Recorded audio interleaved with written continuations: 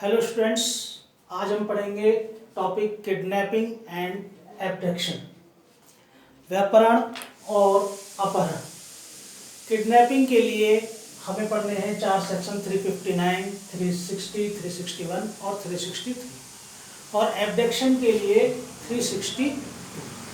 ठीक है, एब्डक्शन के लिए ऑफेंस पनिशमेंट नहीं दिया गया है, जबकि किडनैपिंग के लिए पनिशमेंट 363 में है कितना 7 years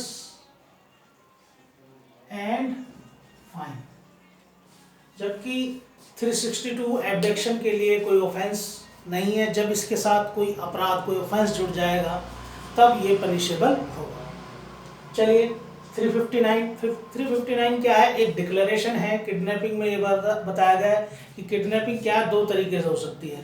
पहला किडनैपिंग फ्रॉम इंडिया और दूसरा किडनैपिंग फ्रॉम लॉफुल गार्जियनशिप।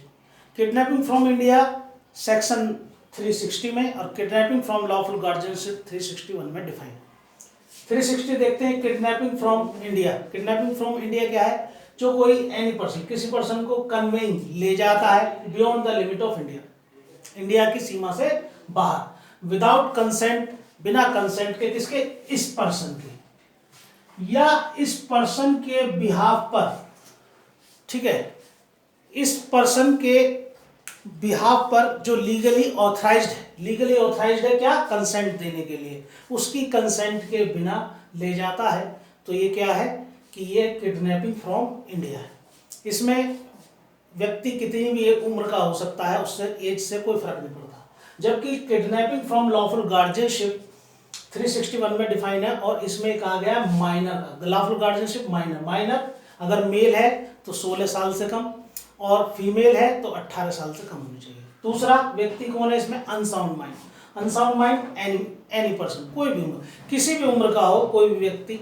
ठीक है, यहाँ से जुडिशरी में भी क्वेश्चन पूछा गया है कि मेल कितने उम्र का होना चाहिए? 16 साल से कम, जनरली 18 साल से कम लगा देते। थोड़ा सा इसको ध्यान में रखना। ठीक है, क्या करता है इन दोनों भी, माइनर को या अनसाउंड माइंड को लॉफुल गार्जियन की कीपिंग से, लॉफुल गार्जियन की कीपिंग से ले टेक और एंटाइस, ले जाता है या बहका फुसलाकर ले जाता है। कैसे? Without consent of such guardian, उस गार्जियन की सहमति के बिना। तो हमने ये देखा कि ये क्या है, ये ऑफेंस अगेंस्ट गार्जियनशिप है, बच्चे के लिए ऑफेंस अगेंस्ट गार्जियनशिप। ठीक है, इसी में एक एक्सप्लेनेशन भी दिया हुआ है जिसमें लॉफुल गार्जियनशिप को बताया गया है कि लॉफुल गार्जियनशिप में इंक्लूड है वो पर्सन भी जिसकी केयर और कस्टडी में उस माइनर को या उस अनसाउंड माइंड पर्सन को लॉफुली एंट्रस्ट किया गया है, सुपुर्द किया गया है। ठीक, दूसरा जो गार्जियनशिप है, guardianship not arise from the consent of party, party की सहमति से गार्जियनशिप अराइज नहीं होती, बल्कि it is a question of law. इसको कोर्ट तय करेगा बाय लॉ।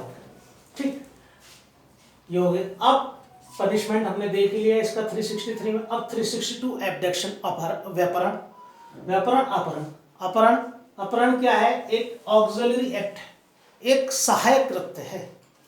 दूसरा ये एक कॉन्टिन्यू एक्ट है, यानी कि लगातार चलने वाला। जैसे कि कोई व्यक्ति है बिना ड्राइविंग लाइसेंस के वो सड़क पर चल रहा है तो ये कहा जाता है कि वो लगातार ऑफेंस कर रहा है। इसी तरीके से एब्डक्शन क्या है? Continue offence. इसके लिए दो चीज़ें जरूरी हैं। Number 1, to compel by force, compel कर रहा कैसे? By force. और to induce by deceitful means, और इंड्यूस कर रहा, प्रेरित कर रहा कैसे? प्रवंचनापूर्ण साधनों के द्वारा। किसको?